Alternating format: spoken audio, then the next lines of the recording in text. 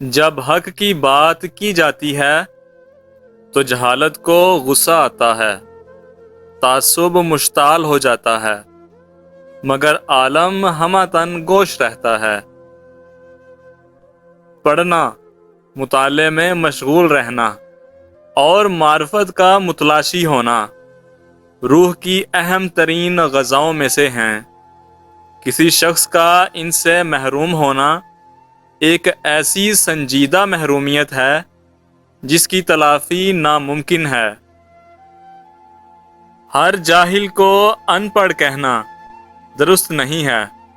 حقیقی جاہل وہ ہے جو سچ کو محسوس کرنے سے قاصر ہو۔ اس قسم کا انسان بہت کچھ جاننے کے باوجود جاہل رہتا ہے۔ جب جھوٹ کا رواج پھیل جائے اور تمام حلقے اس کے باعث کراہنے لگیں تو سمجھ جائیں کہ حقیقت کی زبان جڑ سے کھینچ لی گئی ہے۔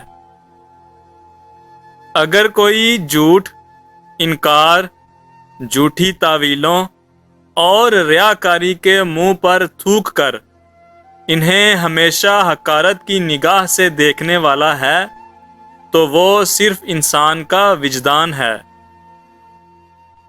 جن اشیاء پر سورج طلوع ہو کر غروب ہو جاتا ہے ان میں سے ایک چیز بھی ایسی نہیں ہوتی جو تازہ رہ سکے۔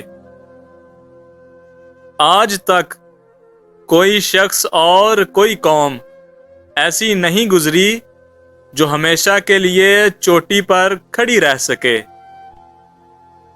جنت نہ ترقی کی جگہ ہے اور نہ زوال کی، وہ ایک ایسی سلطنت ہے جس میں ذوق کو گہرائی حاصل ہوتی ہے۔ سب سے خوش قسمت اور دلشاد انسان وہ ہے جس کا وجدان ہمیشہ اگلے جہان کے عشق اور اشتیاق سے سرمست رہتا ہے۔ وہ لوگ جو اپنی زندگی جسم کی محدود، تنگ اور گلا گھونٹنے والی قید میں رہ کر گزار دیتے ہیں، وہ خواہ محلوں میں ہی کیوں نہ ہوں پھر بھی قید میں ہی سمجھے جاتے ہیں۔ برائیوں کو نیکیوں سے رد کر، اگر کوئی بد اخلاقی سے پیش آئے تو اسے نظر انداز کر دے۔ ہر شخص اپنے طرز عمل سے اپنے چال چلن کی عکاسی کرتا ہے۔ تو برداشت اور تحمل کی راہ اختیار کر اور رسم و رواج سے نابلد لوگوں کے ساتھ اعلیٰ ظرفی سے پیش آؤ۔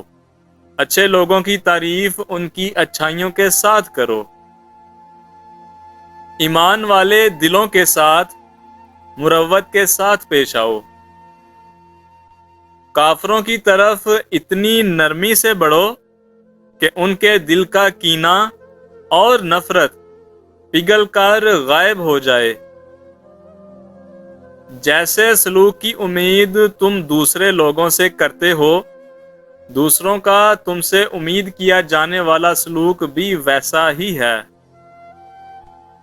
دوسروں کی مدد کو بھاگنا اللہ تعالیٰ کی عنایت میں پیش کیا جانے والا خوبصورت دعوت نامہ ہے۔ خواہ ایک ہی مسکراہٹ سے کیوں نہ ہو، تجھے اپنے بھائی کو خوش کرنے میں کبھی غفلت نہیں برتنی چاہیے۔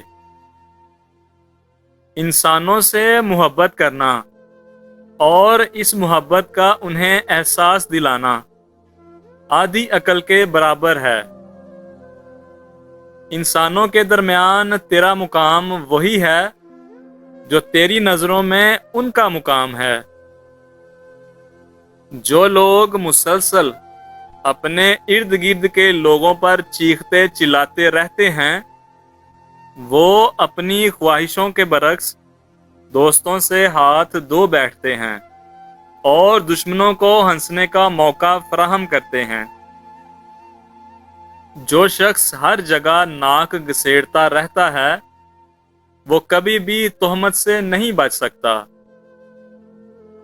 یہ مت بھول کہ تجھے خوشی پہنچانے والی چیزیں سارے جہان کو بھی خوش کرنے والی چیزیں ہو سکتی ہیں۔ عقل مند انسان وہ ہے جو اپنے ماحول کی طاقت کو بھی اپنی طاقت کے طور پر استعمال کرتا ہے۔ بے عقل اور اناڑی انسانوں کے لیے اس امکان کا استعمال تو ایک طرف وہ اپنے گرد و نواح کو قصوروار ٹھہرا کر اس طاقت کو خود اپنے خلاف استعمال کیے جانے کا سبب بنتے ہیں۔ تجھے جس کسی کے شر سے اندیشہ ہے تو اسے اپنی نیکیوں سے نرم کرنے کی کوشش کر۔ جب تجھے سزا دینے کی طاقت حاصل ہو جائے تو لوگوں کو معاف کرنا تاکہ معافی کی بھی قدر ہو سکے۔ ہر شخص کو خوش رکھنا ہر بہادر شخص کے بس کی بات نہیں۔ نیکی پانے کا راستہ نیکی کرنے کی راہ سے گزرتا ہے۔ غرض انسان کو اندھا، بہرا اور بے حس بنا دیتی ہے۔ ہمارا دوسروں کے ساتھ اچھا یا برا سلوک کل ہمیں پیش آنے والے سلوک کا بیج ہوتا ہے۔